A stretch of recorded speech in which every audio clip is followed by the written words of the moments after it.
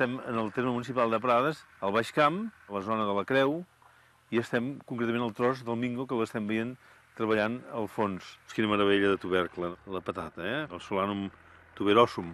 Aquesta varietat és la Kennebec i que té una denominació d'origen que és la patata de Prades. Per poder-se plantar ha d'estar grillada. Ara veurem com el Mingo ens la prepara per poder-la sembrar.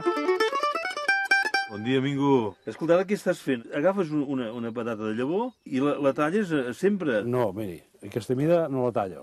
Aquesta sí, però dos talls i prou. D'aquí sortiran uns 2 quilos, 2 quilos i mig.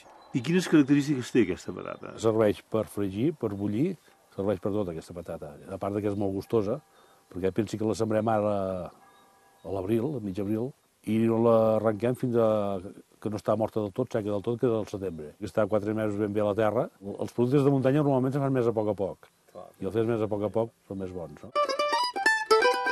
En aquest moment de l'any és un moment de sembra d'una manera generalitzada. Molt important la sembra de la patata. La patata ha estat una autèntica revolució tròfica, alimentària.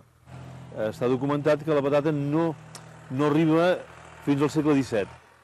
A Catalunya sembla que no serà fins al segle XIX que esdevindrà l'aliment popular per excel·lència.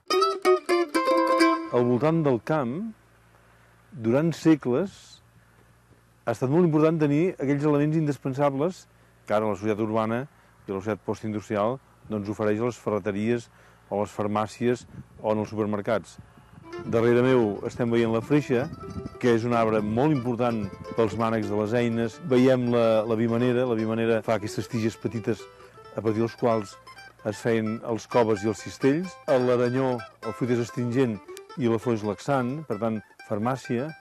I el carn cardador, que ha estat molt utilitzat durant segles per cardar la llana, per fer posteriorment els objectes de vestuari.